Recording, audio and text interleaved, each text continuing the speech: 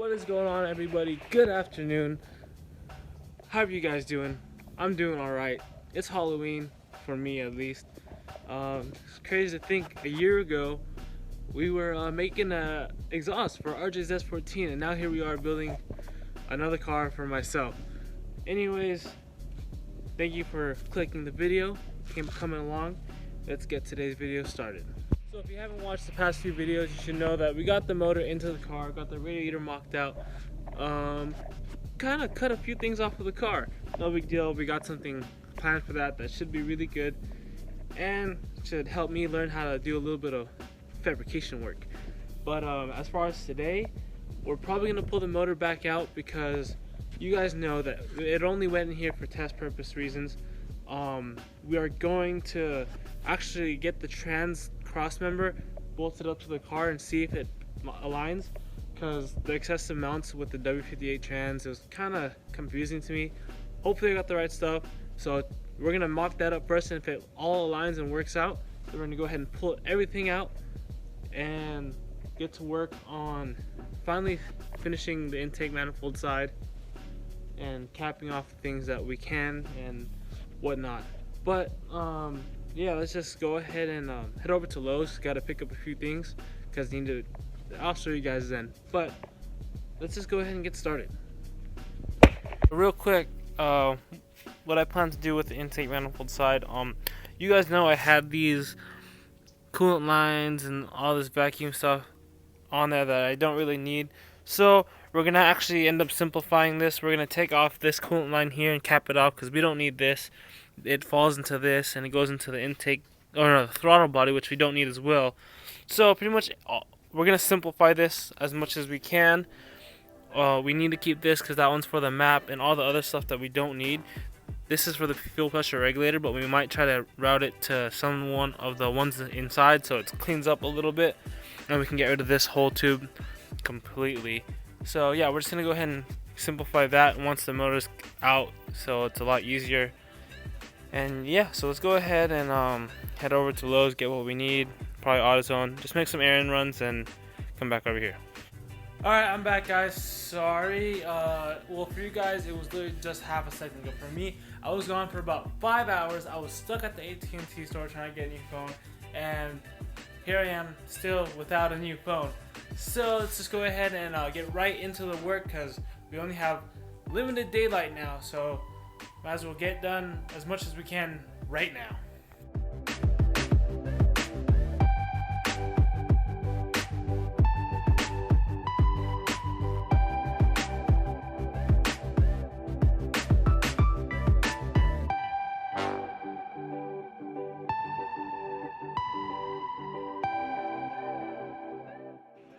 Alright, so it is in fact going to align. I don't know if you guys saw clearly, but I was able to get this, or the tranny, jacked up to where it should be, and the mounts go into these 4 holes, which is good because I wasn't sure if it would, and these line up with the chassis, which is excellent. So that means that we can go ahead and pull this motor back out because we know all of our mounts align with how they should, and we already know what we have to do with the radiator clearance with the motor. So let's go ahead and pull this motor out, and start deleting all the stuff that we don't need on the motor.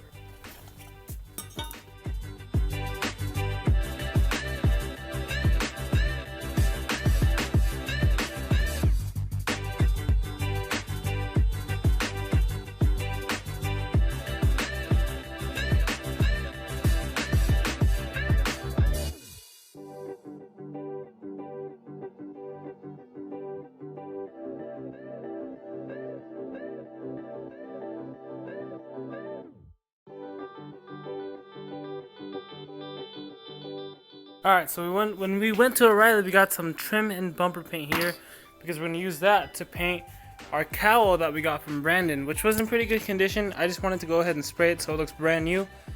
We also got vacuum cap assortments to block off a lot of the ports that we won't need, some hose clamps to clamp off for the ones for the coolant, and some JB weld for also those capping off things that I'll show you exactly what later. So we are actually going to be deleting that right there and the coolant port right there. right here where my finger is pointing. We're gonna cap those off, and then that means we can. So we're gonna take this line off as well. So that means no more coolant is gonna be running through the IACV, the idle air control valve. We're also gonna delete that as well because we don't need that. And we're gonna delete this vacuum line that goes to the throttle body, and we're gonna cap off everything we don't need. So this line here is gonna be gone. This is gonna be gone. This is gonna be gone. This is still gonna stay because it's for the fuel pressure regulator, or it's something for fuel. This line here is gonna stay, but it connects to this. But we're gonna take this whole thing off, so we're just gonna replace the line from the fuel feed or whatever all the way to the hard line to the chassis. So let's go ahead and start ripping off the parts that we don't need.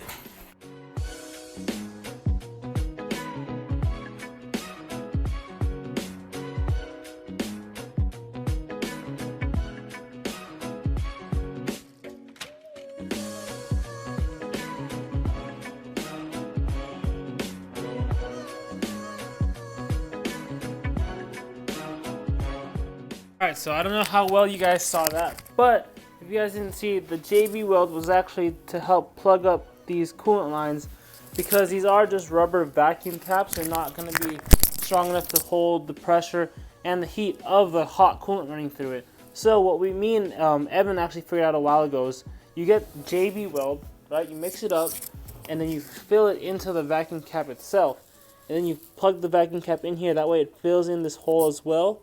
And then I put a hose clamp on it just for safety precautions.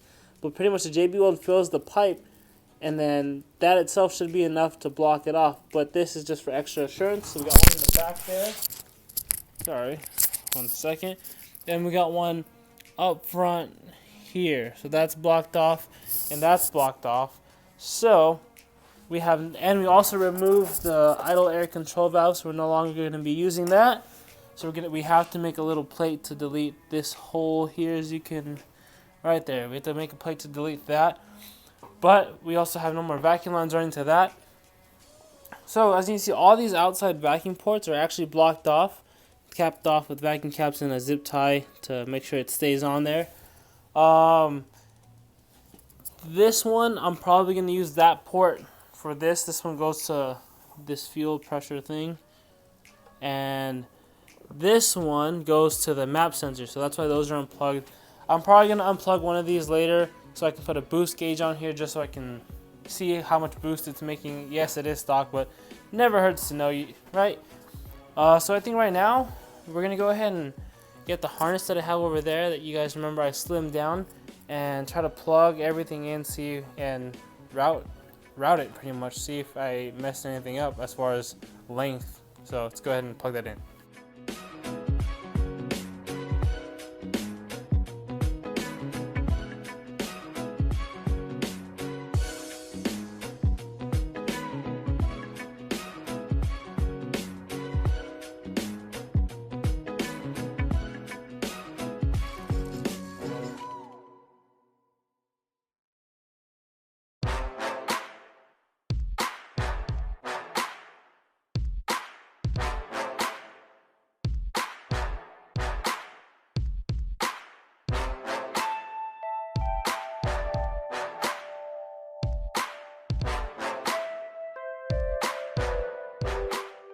Alright, so we took the harness back out, and not because I have to rewrap it still, but mainly because I need to do a little bit more research.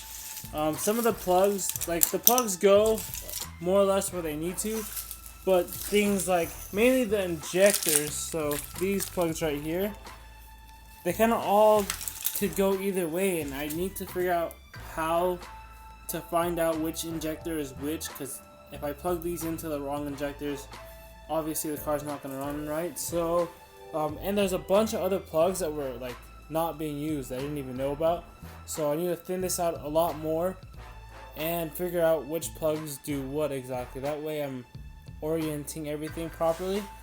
So we're going to go ahead and put this on the side and finish up with something else.